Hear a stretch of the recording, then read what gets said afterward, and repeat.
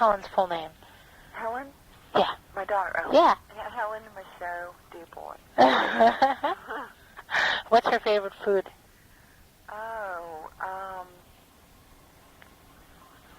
Ice cream. Isn't that horrible? I shouldn't even be giving her it. My husband says Breyer's vanilla. Oh, no. Okay. That's the favorite. All right. Let's see. Ever since.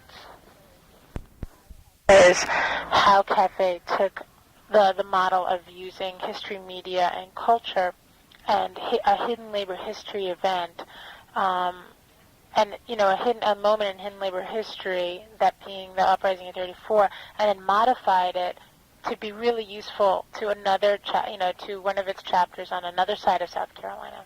Mm-hmm. Okay, so we, like I said, I can't remember exactly in my brain, the chain of events when this all, in what step things occurred, but I remember Isaiah Bennett saying in one of our meetings when, somebody thought, let's show the uprising of 34 for our Labor Day celebration, and Isaiah Bennett said, well, why don't we do our own celebration for the 50th anniversary of the cigar worker strike?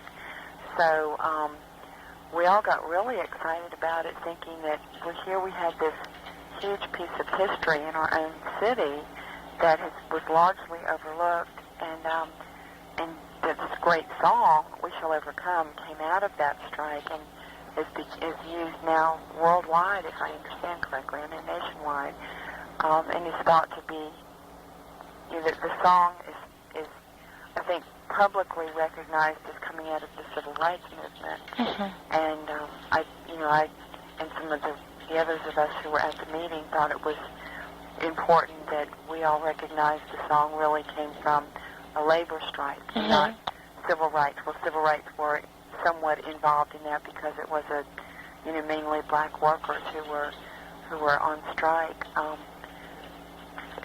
I hope that's correct. That's what I remember. Okay. Double check on that as far as facts. I'm pretty sure that was the case. I mean, all the women who were involved, most of the people who were involved in the commemoration of the strike were black. So I'm pretty sure that mainly it was black striking. So we just sort of, took off with it, and Isaiah and I were on the committee to work on it, and Joe Murray mm-hmm. is another fellow who was, and George Hopkins. Okay. So the four of us were the committee to work on it. Okay, and what did that entail? I mean, we could even jump to the net result. So what did we do? We met a few times and organized what we wanted to do, and we thought, Isaiah knew most of the women and knew he could get in touch with them. And had Isaiah been a part of that strike? No, he came he was the union steward, not the union steward, he was the union representative for the cigar worker strike. I'm forgetting when he came, but it was afterwards, like maybe 5 to 7 mm-hmm. years afterwards. So he knew all the women. He knew that, that strike had occurred, but he might have even been off at war at the time. I don't remember. Of course, he'd tell you all that. But, so we met, and Isaiah did the main organizing of the, gathering the women together, the women who had been in this strike, because he knew them. So he met with them, and then we started having meetings with the women. We had several organizational meetings where we talked to them about what had happened to kind of, figure out what exactly we were going to do in the program. And then we decided that, we needed to go ahead and have a physical commemoration, not just, this event, but something that would exist, forever. So I'd say, did you have a question? Oh, no, I was going to say, what was the event itself? The event was, we had a 50th anniversary, I don't know what you call it. Was it like a reunion? Reunion, sort of, but it was a public program. Uh-huh. Anyone was invited. We had invitations could think of who would be interested. So it was, anyone was invited. It was in the newspaper. Was it, did you have co-sponsors and other organizations co-sponsor with you? I don't think so. I think it was just Cafe. Uh-huh. I'm pretty sure. But we had it in a big auditorium that was in one of the buildings that used to be part of the cigar factory. Wow. So it was actually on the site. Was it on Labor Day? It was, I don't remember. I'm so sorry. That's okay. I think it was. My brain is just, foggy anymore after 2 children. I don't remember things so well, but I know David was born already. Okay. And I'm pretty sure it was on Labor Day, but at least it was on a weekend if it wasn't Labor Day. But I'm starting a bit. So Isaiah talked with the owner, the man who now owns the building, the cigar factory, and he thought it was a great event, that the strike occurred 50 years ago, as well as that we were trying to commemorate the event, and he wanted to have a plaque inside the building in a prominent place where whenever anyone walked in the building, they would see, You're giving me the chills.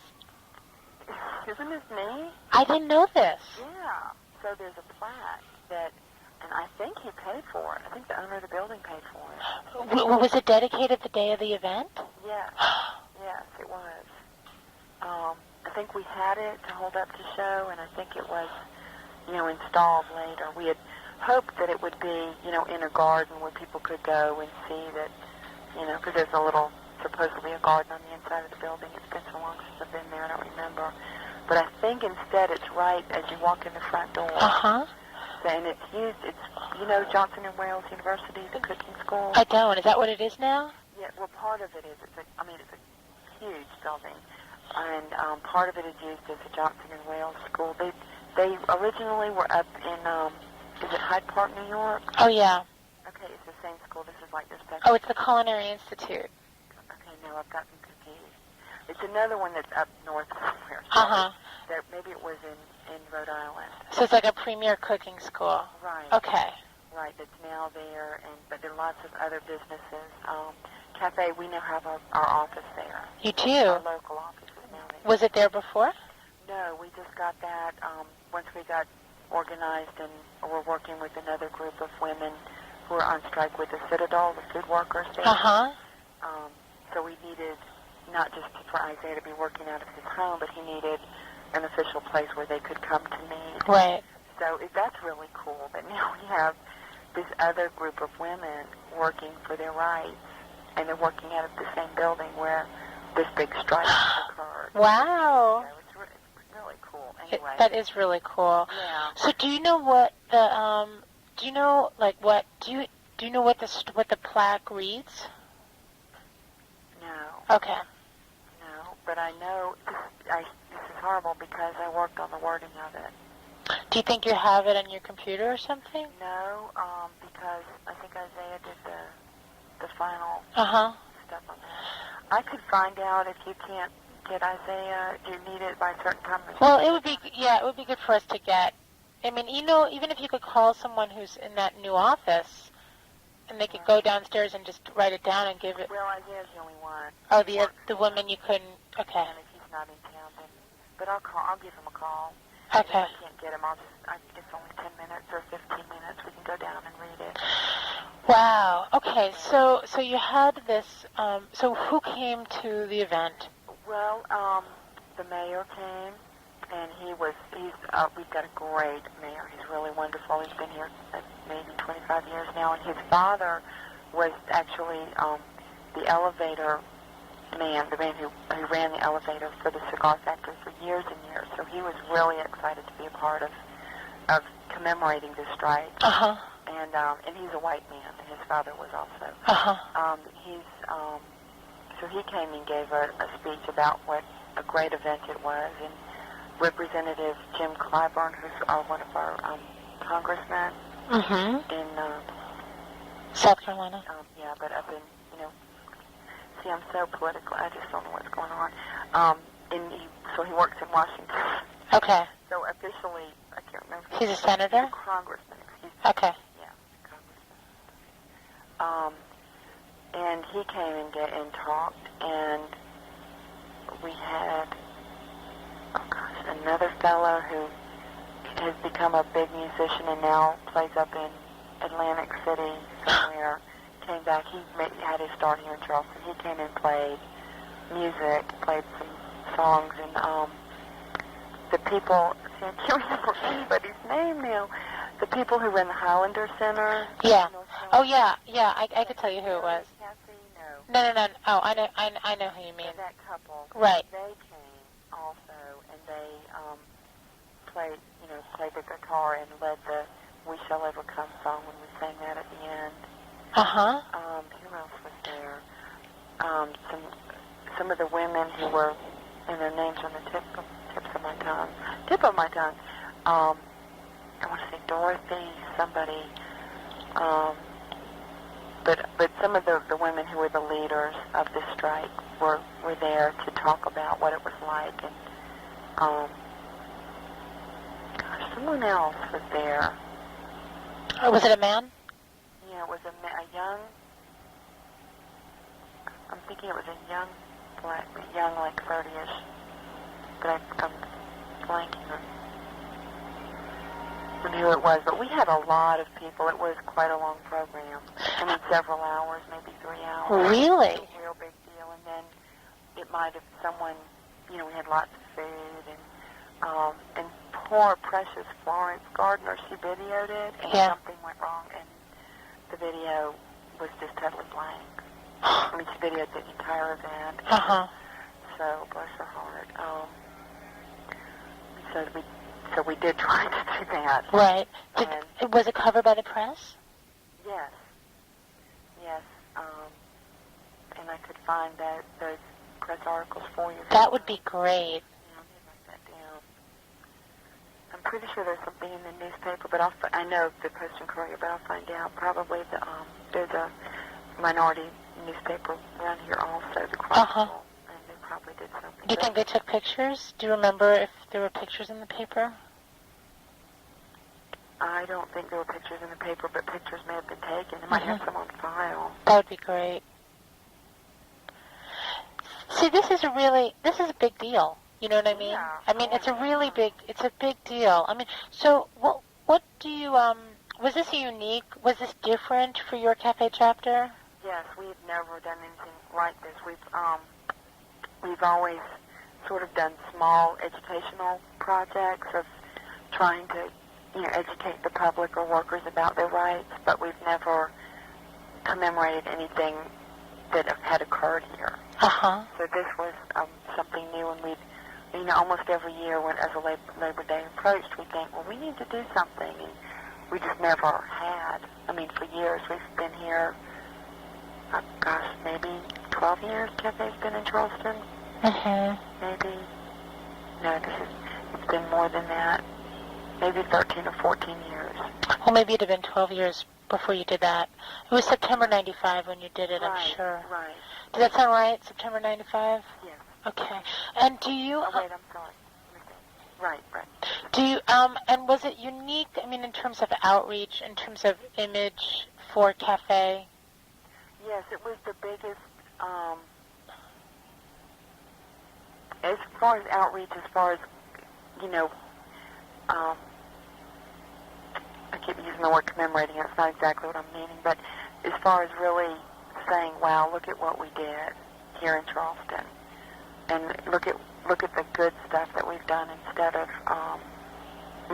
as a community, look at what our community did 50 years ago, instead of looking at, gosh, this is what's wrong, here's how we can try to make what's going on now right. That's more been our focus, is the present. And so it was a real big and exciting thing to go back and, talk with these women who had been involved in this thing. And they were just, so thrilled that, anyone was remembering this event, that we thought it was such a big deal. Because it was a big deal back then, but it's like no one talked about it. They all knew where the, song "We Shall Overcome" came out of, but no one else in the world knew that, Mm-hmm. So we sort of tried to bring that more to light. Wow, So, and I mean, that's for me, that's one of the really big things, that we were really letting these women know that we appreciated what they did. did it change in terms of sort of race relations or, outreach to the black community? Was was that was this a plus? Was this a different way of being able to do that, or is that not a non-issue? I'm not real. Oh, it's sort of a non-issue, but it really may have helped in the way we were out, reaching out to the women at the Citadel, because we've been working on that issue forever, it appears to me, probably 4 years. Meaning the food workers? Right. Uh-huh. So, and again, these are black women, and Charleston's really pretty small, but the downtown area where a lot of the cigar workers and the women still live is the same place where the women who work at the Citadel now live. So they know each other. Uh-huh. And so I think it might have helped them to trust us a little.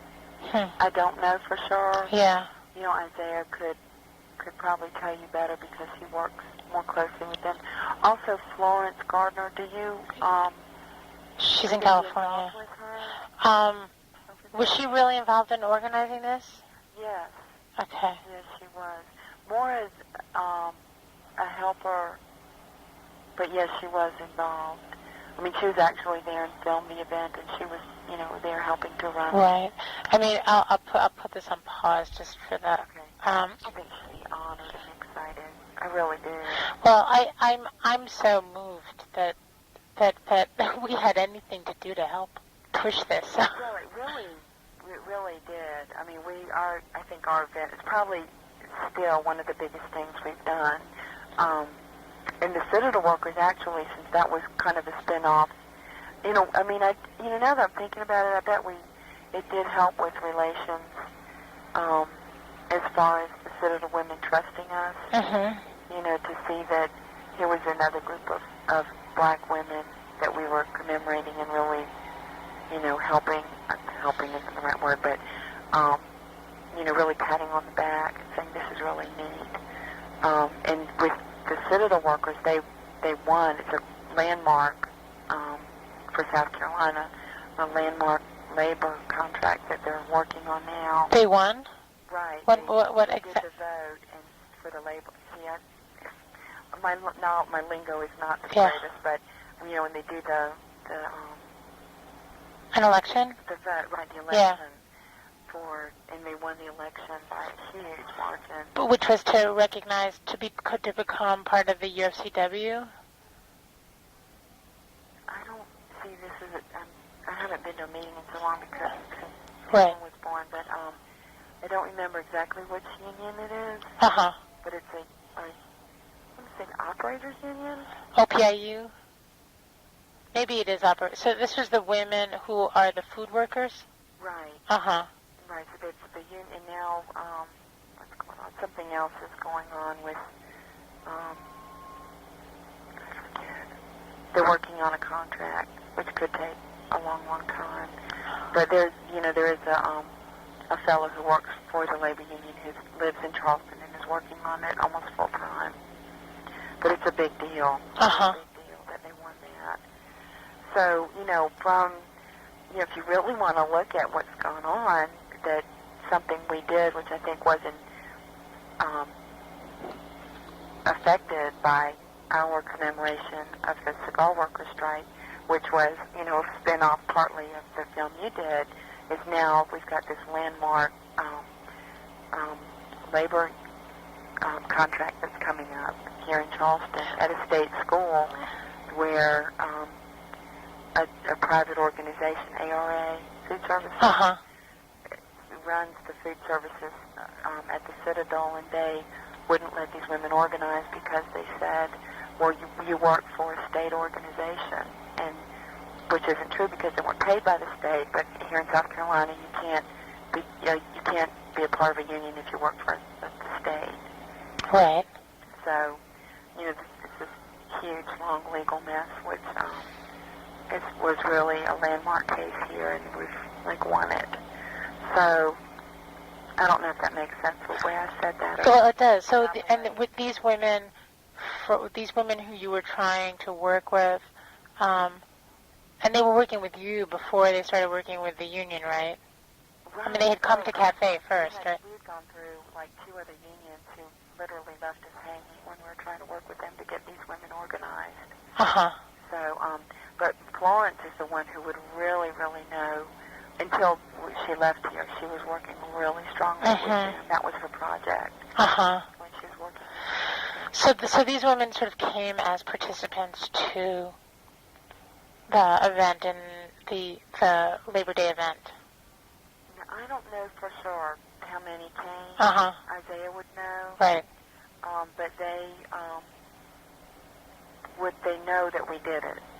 Okay. I mean, it's the community, it's a small community, and they know it occurred, even if they didn't go to it. Right. They know it occurred, and they knew what we were doing. And did other people in the community come? I mean... Yes. There were, some labor, we don't have many labor lawyers here, but some of the labor lawyers came. Susan Dunn, I don't know if you know her, she's a lawyer in town who also was working part-time for Cafe. A couple of social worker friends of mine who I invited. I mean, it was a huge, by Charleston standards, a huge gathering. Maybe, I'm guessing, maybe 200 people. Wow. It was a lot of people. And there must have been other co-sponsors, right? You couldn't have afforded it all yourselves, right? No, I think we did. Really? I might be wrong, but I think we did. Okay. Because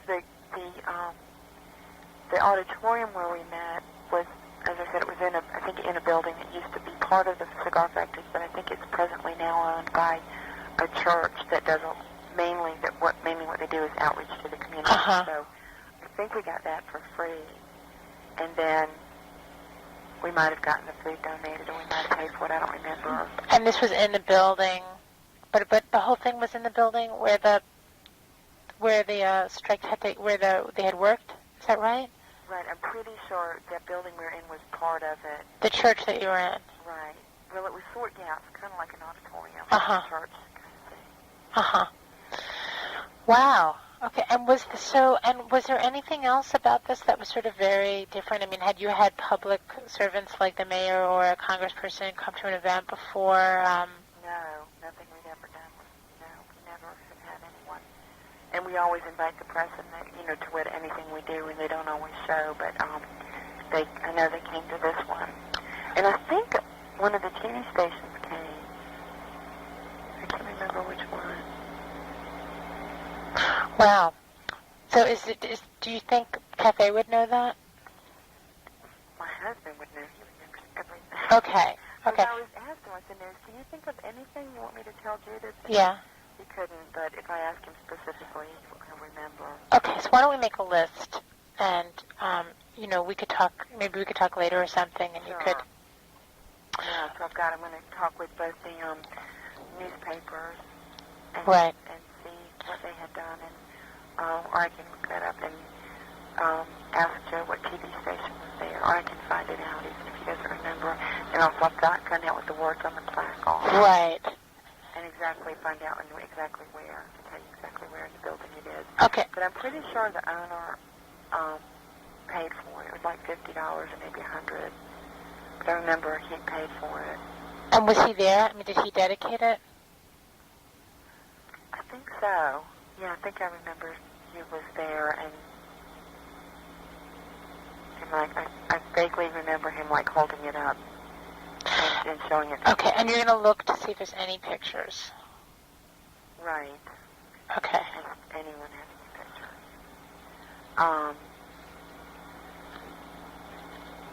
That would be great. Yeah. Okay. Was there anything else about it that was sort of different, scary, challenging, risky?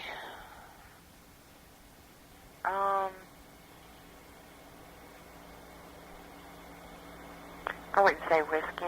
If things are, labor relation-wise, things are a lot more even-keeled here than they were in the part of the state you were working in. Charleston's very, very different that way. I mean, it's not perfect by any means, but it's just very different. There's not a lot of tension. Right. As there are in other parts of the state. Other things are definitely not equal.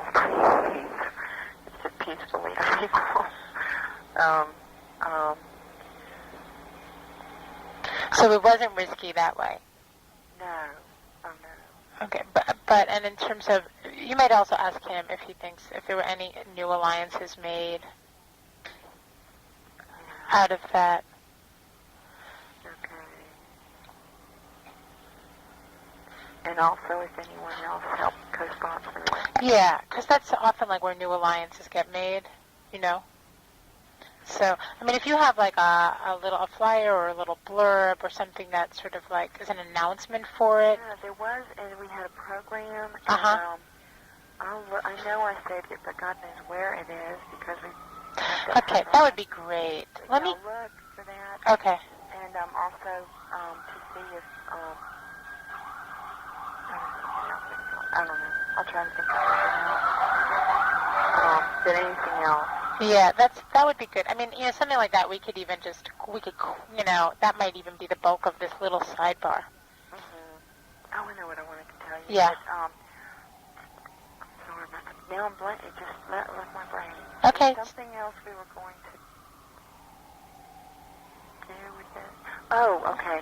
We are also trying to gather money together to have a sculpture made. Really? There's a guy who's a sculpturist here in town. Wow. And so you're trying to do that now? Pardon me? You're still trying to do that? Right. And the sculpture is two hands shaking. So we've seen the drawing and it's been designed, and it's going to be really neat. Two hands shaking? Yeah, so it's going to be bronze. Well, what, you mean they'll always be shaking? They'll stand there shaking? Right. Well, it's just the sculpture will just be like maybe like from your wrist. So two hands, when we see it started coming up out of the stone or the bronze from the wrist, and just the shaking hands. Oh, you mean, I get it. That will be the sculpture. Okay. So we've talked to the guy about that. Joe and Isaiah talked with him probably about a year ago, and he agreed to do it for whatever the price in honor of the Cigar Workers Factory. So that will be a big, we just had a small plaque done, but we hope to have another commemoration in a couple years when we have this, bigger sculpture done to commemorate. So something that's a little bit bigger, not just a plaque on a wall, which is still really neat. Right. So it'll be, something bigger and more visual. Right. Oh, this is great. This is great. Okay. So new alliances, co-sponsors. If you have any pictures, I mean, we could actually put the picture in our guide, which would be great. Okay. And the words on the plaque, and if there was any press coverage, and I mean, if you actually have the program or something that we could quote from, that would be great. Right. Okay. All right. Okay. I think that's everything I know right now. Okay. Do you want to set up a time to talk again, or just? Well, if you want to, I'll give you my phone number, and once you have what you know, then you just call, and then I'll call you back, and you won't have to pay for it. Okay. So it's 212-875-0456. Okay. And could you spell your name for me? Yeah, Judith Helfand, H-E-L, F like in Frank, A-N-D. Okay. All right, great. So in your movie, your new film, when is that going to be? Well, it was on nationally in June, but again, South Carolina didn't run POV. Yeah. So it's the kind of, but what I'm trying to do is to bring it around the country, particularly to states where it wasn't shown on television, and make. And of course, I was sort of connected to it because I was sort of connected to the chapter and worked with Isaiah and all that kind of stuff. But it was really Simon and Isaiah, and really bottom line Isaiah. Like it would be a terrible mistake not to quote him somewhere in there. Okay. or to write this without checking them, right. you would feel hurt. Okay. So I don't know what to say. Like, I don't know all what you know, but basically, I mean, there were a few hundred people who came and a bunch of prominent folks, you know, like a state senator and the mayor and Congressman, what's his name? I can't remember. Right. And it was the first time that most of these people had seen each other in forever, and so there were a lot of tears and lots of people clustered together in groups having big time reminiscing about something that happened 50 years ago. Wow. So it was real powerful at that level, and there was, you know, music and kind of recognition about where We Shall Overcome came from, and but I can't speak to. Well, the one thing that she thought you'd be able to just give a little insight on was, did this have any impact on the work with the Citadel workers? Now that I don't know. Okay. That's a great question. I know that it was intended to. Oh, really? Yeah, I mean, in a broad sense, like the organizing around the Citadel was going on at the same time. Isaiah is the key link between those two pieces of work historically and in terms of the people he talks to. Uh-huh. And it is two different generations of folks, and I know that the Citadel women, the leadership, were invited to the event. I don't know how many came. Mm-hmm. And Isaiah knows like one or two, I mean, could give you the names of one or two of the who are the key leaders of the Citadel stuff. Right. And he could probably tell you whether or not they came. It would be interesting just to get a quote from them saying anything about it. Right. You know, in terms of the historical continuity of the black community in struggle in Charleston. Right. That's what Mary kind of pointed to. Yeah. And I mean, that was really neat because it's so hard to quantify if culture and media is useful. Right. You know, so if you can ever sort of point to something and say, well, this had an impact, then, you know, that's a red flag a good red flag for organizers to say, oh, I guess I should take some time, you know, maybe I'll make the time for this. Right. I mean, I think that Cafe, as a result of the uprising of 34, took the history of people's struggle in South Carolina more seriously in its organizing than it ever did. That's my experience, right? Like, I don't have the full history of Cafe, but my sense is our conversations in the chapters would refer back to the uprising of 34. You know, in other chapters outside of Anderson, outside of the Robert and Kathy circle, like in Aiken or in Charleston, people would say, you know, this is really important history. We need to know our history. And, you know, that part of the impetus, I think, behind the cigar workers, and I don't know if Isaiah would say this now, but in my mind anyway, was look at what impact the uprising of 34 had for the white community in Honeypass. It's important that we commemorate our history. It's not just a symbolic commemoration. It's about keeping the soil turned, you know, keeping kind of the soil of struggle turned. And part of that is understanding where we came from. And in places like Charleston, that history is so plain because the people who participated in it are still there. And our kids are still there. You know, in other places, like everybody goes, right? But there's so much continuity in the families in that part of the country that, you know, you could get hundreds of people 50 years later who participated in the strike. And they know the people who work at the Citadel because it's a small enough town. Right. You know, so I think if you can trace that kind of the importance of that film in Cafe and how we used it and the fact that kind of filtered out into other struggles. That's great. That's exactly why I wanted to put some real emphasis on this, because I saw that. Yeah. And it wasn't even about using the film at that point. So. Right. Right. Which is great. But I think the reach of that, or that historical awareness that the film brought into Cafe expanded outwards into other issues, and this is one example of that. That's really good. Thank you. That's a perfect quote. Okay. That's great. Okay. That's great. So are you moving back there? I have no idea what I'm doing. Okay. I'm finishing my dissertation, and I honestly don't. That's enough. So I hope to be handing in a draft by the end of the year, and then I'm wide open. Wow. Well, listen, just know that if you're ever